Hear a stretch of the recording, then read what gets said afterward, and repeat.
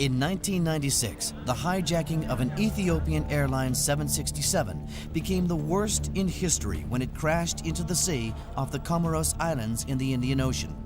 127 people died. The pilot, Captain Leol Abate, was no stranger to hijacks. This was the third time an aircraft under his command had been threatened. I told them I would do anything they like. I was ready to cooperate with them, and I told them I will do anything they like. On board was the U.S. Consul General for Bombay, Pancho Huddle, and his wife. One guy came sort of running up, waving his arms wildly as if he was a bit crazy, frankly. And I'm not sure what he was trying to say. I thought he was a bit of a nutcase. And then I saw a guy sort of flitting up quietly and slowly up the way, and I said, uh-oh, this looks like some sort of coordinated effort. Must be a hijacking. The hijackers announced that they had a bomb and were taking over the plane.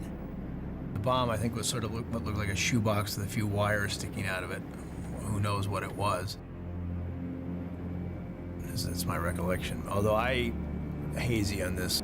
It's surprising how poor you can remember things when you think you're going to die. They said, fly us to Australia. I said, okay, I'll fly to Australia, but we have to discuss some points. They said, no discussion. As the plane headed south, Captain Abate tried to explain that they did not have enough fuel to reach Australia. The hijackers wouldn't listen and ordered him to keep flying. It was not my favorite 4 hours afternoon on a Saturday. You were nervous, you were edgy, you tried to read the newspaper 5 or 6 times, you couldn't get anywhere. There was an eerie calm that as we flew further and further south, people wondering what's going on.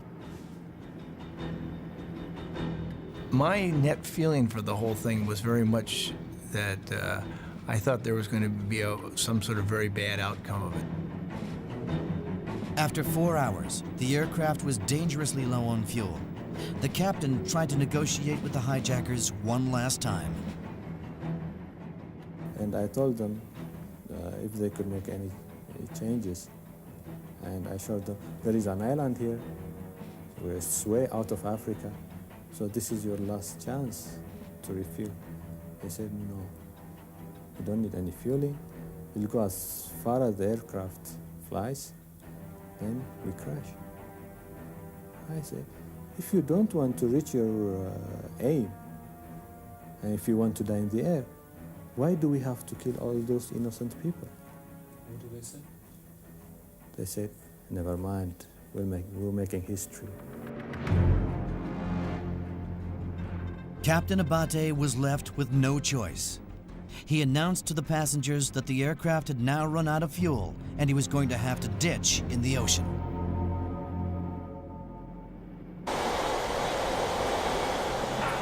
As the 767 lost height, Pancho Huddle and the rest of the passengers prepared for the worst. There was real panic, people crying, people, praying in the aisles and stuff.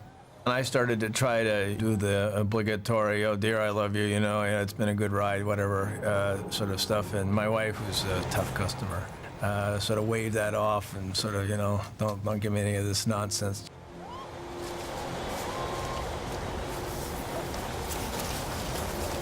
Just before hitting the sea, Pancho Huddle gave one of the hijackers a menacing look.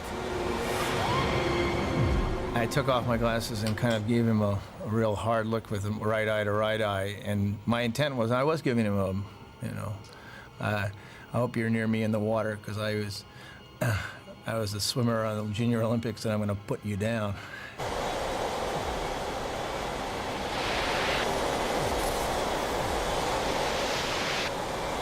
The plane ditched. The force of the impact killed most of the passengers.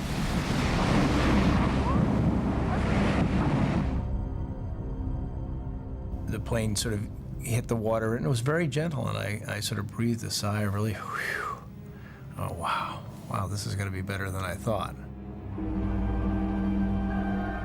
About 10 seconds later, it was like a 15-mile-an-hour accident and a 30-mile-an-hour accident.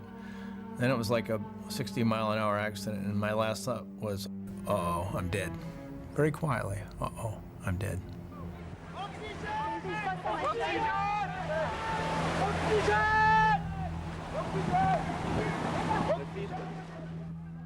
The next thing I knew, I woke up and I said, I'm alive, literally talking to myself. I'm alive. That was probably the most bizarre feelings I've ever had in my life. That 1 second after I sort of woke up in the water, or the next few seconds, you survived a major plane crash. You're incredibly lucky. Captain Abate had managed to guide the aircraft to within 200 feet of a beach resort. I think I went through the front windshield. And anyway, I just went out of the cockpit. It was a miracle. I was floating in the water, bobbing, just like a chipmunk in a lawn chair like this. I had no idea how I'd gotten there. I'm out there alone in the sea. There's some trash, coffee mate on the water.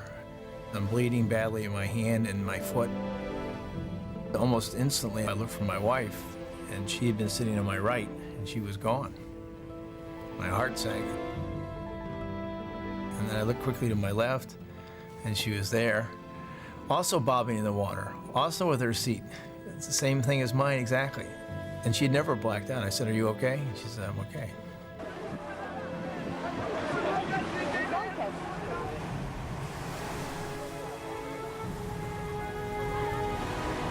Thanks to Captain Abate's piloting skills, lives were saved.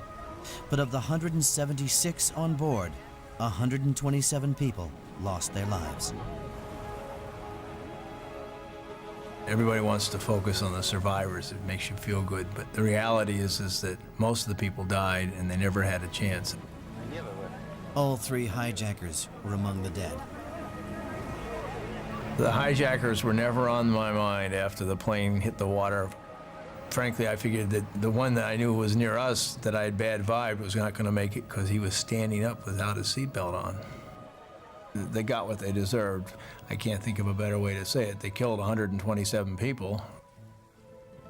Captain Abate later received one of the highest awards that can be given to civil pilots for bravery and exceptional piloting skills.